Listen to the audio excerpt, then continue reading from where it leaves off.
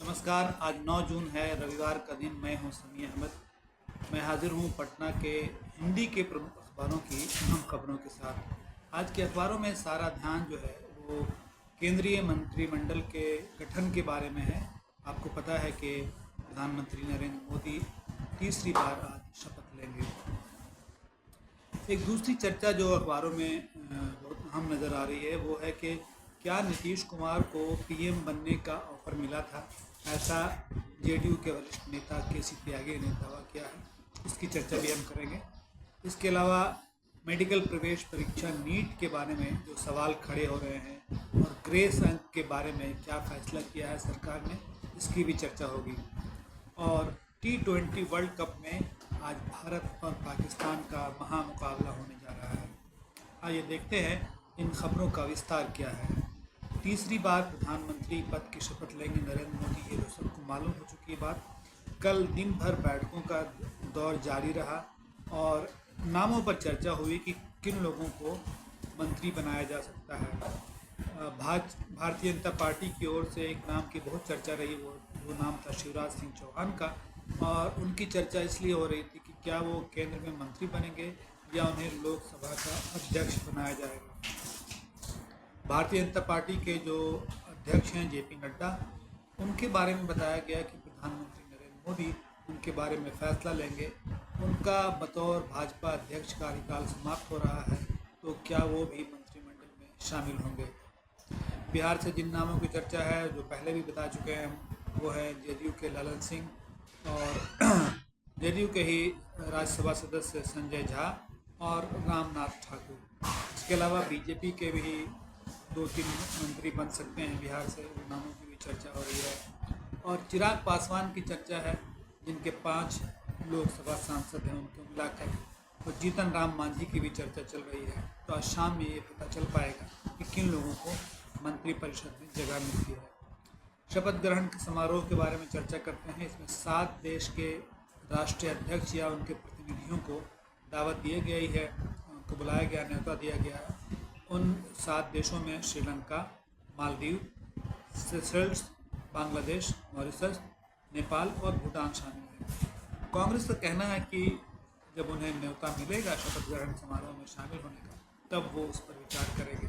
लेकिन पश्चिम बंगाल की मुख्यमंत्री ममता बनर्जी ने इस शपथ ग्रहण समारोह में जाने से साफ मना कर दिया। वैसे भी उन्होंने कहा कि उन्हें न्योता भी नहीं मिला है और अगर मिलेगा भी तो वो नहीं जाएंगे। अब जदयू के बड़े नेता केसी त्यागी के बयान के बारे में चर्चा करते हैं। उनका एक बयान जो उन्होंने प्रेस को दिया, उसकी बहुत चर्चा है कि चुनाव नतीजों के बाद इंडिया गठबंधन की तरफ से नीतीश कुमार को प्रधानमंत्री पद का ऑफर मिला, लेकिन उन्होंने इसे ठुकरा दिया।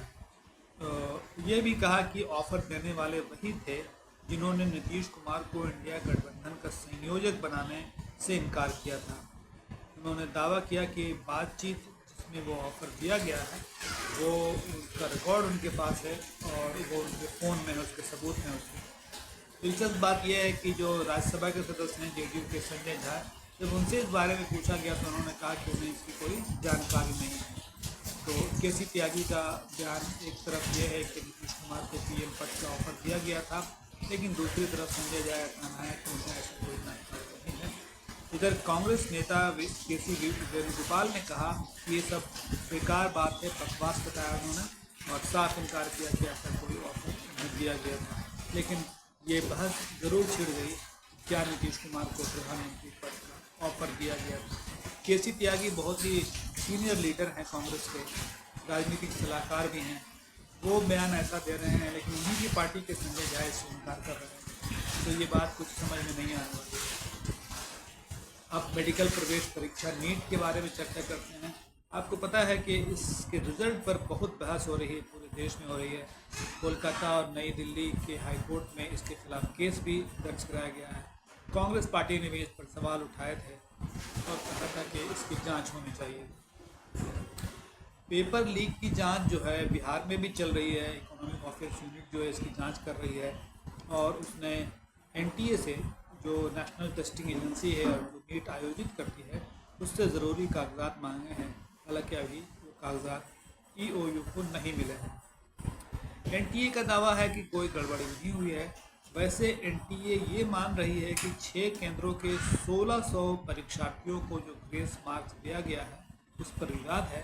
अब उस विवाद की जांच के लिए एक कमेटी बनाई गई है और इस कमेटी से कहा गया है कि 1 सप्ताह के अंदर रिपोर्ट दे और उस रिपोर्ट के आधार पर ही उस पर कार्रवाई होगी। पेपर लीक के बारे में भी मैंने बताया कि इसकी भी काफ़ी चर्चा है, काफ़ी लोगों की शिकायत है, लेकिन फ़िलहाल NTA का इसकी जांच कराने का कोई इरादा सामने नहीं आया। अब न्यूयॉर्क में T20 वर्ल्ड कप के बारे में चर्चा करते हैं। आज रात भारत और पाकिस्तान के मुकाबले की बहुत चर्चा है। टिकट सारे बिक चुके हैं और काफ़ी रोमांच बताया जा रहा है। वर्ल्ड कप क्रिकेट में पाकिस्तान भारत से अक्सर हारता आया है। पिछली बार Bharat Pakistan T20 world cup में अक्टूबर 2022 में भिड़े थे, जिसमें भारत की जीत हुई थी। T20 वर्ल्ड कप में भारत और पाकिस्तान के 7 मैच हुए और इसमें 6 मैच भारत ने जीता है। तो अक्सर लोगों को ये उम्मीद है कि भारत आज भी अपनी जीत का सिलसिला बरकरार रखेगा। अब कुछ अन्य खबरों की चर्चा करते हैं। सोनिया गांधी एक बार फिर कांग्रेस संसदीय दल की नेता चुनी गई हैं। वे 77 साल की हैं और इस समय राज्यसभा की सांसद हैं। उन्होंने रायबरेली सीट छोड़ दी थी और वहां से राहुल गांधी जीते हैं इस बार। और राहुल गांधी के बारे में चर्चा ये है कि वो लोकसभा में कांग्रेस के नेता होंगे और नेता प्रतिपक्ष भी हो सकते हैं। कांग्रेस के पास इस समय 99 सांसद हैं, जो पिछली बार के से 40-42 ज़्यादा हैं। बिहार विधानसभा चुनाव के लिए इंडिया गठबंधन की तैयारी शुरू हो गई ऐसा लगता है और कांग्रेस का कहना है कि इंडिया गठबंधन तेजस्वी यादव के नेतृत्व में ही बिहार का चुनाव लड़ेगी। तो इंडिया गठबंधन की भी बात तय हो गई कि उसकी ओर से मुख्यमंत्री का चेहरा तेजस्वी यादव होंगे, जबकि NDA की ओर से इस नाम पर सहमति है कि नीतीश कुमार जो है वो उसके चेहरा होंगे और मुख्यमंत्री पद के भी चेहरा वही होंगे। अब एक चर्चा करते हैं मीडिया जगत की मशहूर हस्ती की मौत की खबर की। रामोजी फिल्म सिटी के जो संस्थापक थे रामोजी राव 88 साल की उम्र में गुजर गए।